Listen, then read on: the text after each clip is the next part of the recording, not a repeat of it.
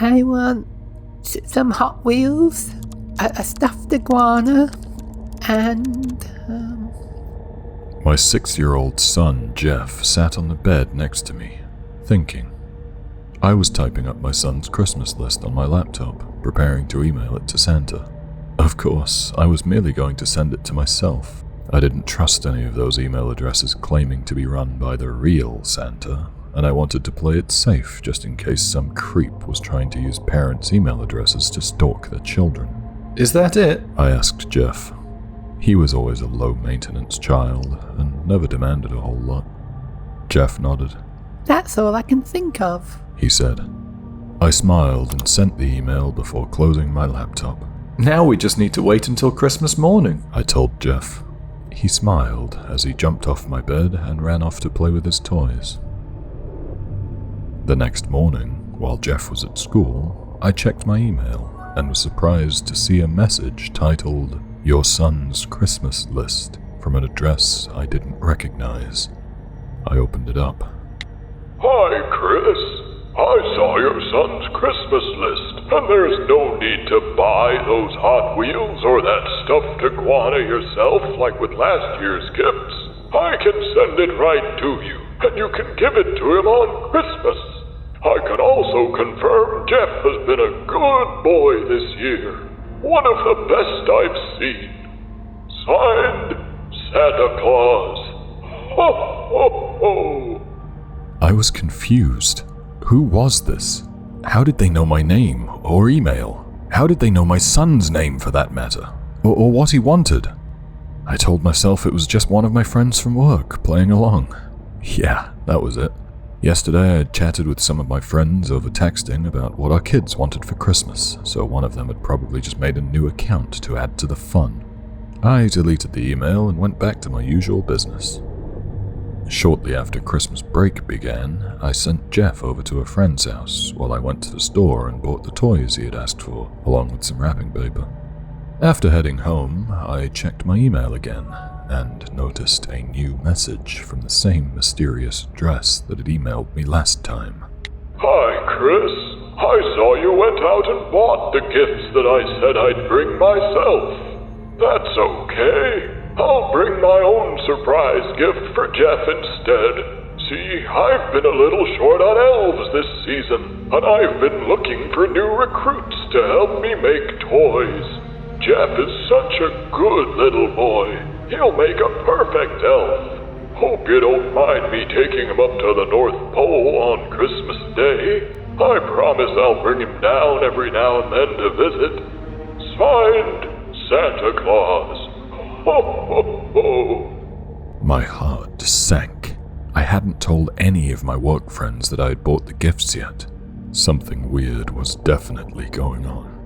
I decided to write a response back, angrily demanding whoever this person was to tell me who they were, why they were stalking me and my son, and informing him to stay the fuck away from us or I would call the police. A few days went by, with no response. I felt relieved, thinking the guy had finally got the memo and decided to leave us alone, and I completely forgot about it until Christmas Day. While Jeff was asleep during the night of the 24th, I wrapped up the presents and put them under the tree, as per tradition. The next morning, while I was still in bed, I expected to hear Jeff excitedly shouting from the living room that Santa came. I was surprised to hear absolutely nothing, not a single peep. I checked the clock. It was 8 in the morning. Strange. I'd usually expect Jeff to be up earlier than that, especially since it was the happiest time of the year for a child. A few minutes passed, and I quickly became concerned. I decided to go downstairs to Jeff's room and check up on him to see if he was okay. I knocked on his door before cautiously peeking in. He was laying in his bed, the blanket pulled up to his head and his back facing me. Jeff? I asked. He replied with a weird grunting sound. Was he sick?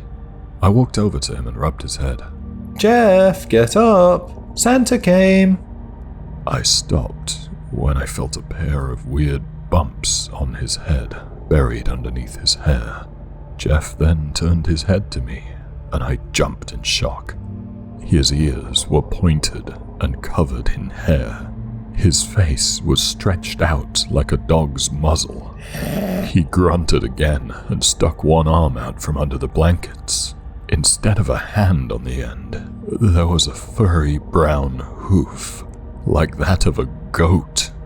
My face turned pale as I stared in shock, unable to speak or move upon seeing my son's current state.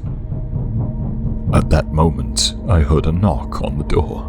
I ran upstairs, desperately hoping it was one of my friends from work who could help. I looked through the peephole and noticed an unfamiliar figure standing at the door. He was overweight, with a red jacket and a long, white beard. Thankfully, I had locked the door, so the man couldn't come in even if he wanted to. I then remembered the weird emails from this month, so I pulled out my phone and opened up my web browser. There was an email from last night, sent from the mysterious address. I opened it up, and what I saw nearly made me faint. I just stood there, reading the message over and over again, trying to process everything as the man at the door continued to knock. Hi, Chris. Since you turned down my request to make Jeff into one of my elves, I decided Jeff would make a good reindeer instead. My current reindeer are getting too old to pull the sleigh, and I need just one more kid to complete my new team. I'll be coming over tomorrow morning to pick him up. Signed, Santa Claus.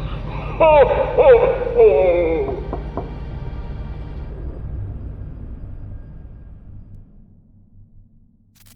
Thank you for listening. If you enjoyed that, please consider subscribing for more. I've been your host, Tom, and until next time, stay sleepless.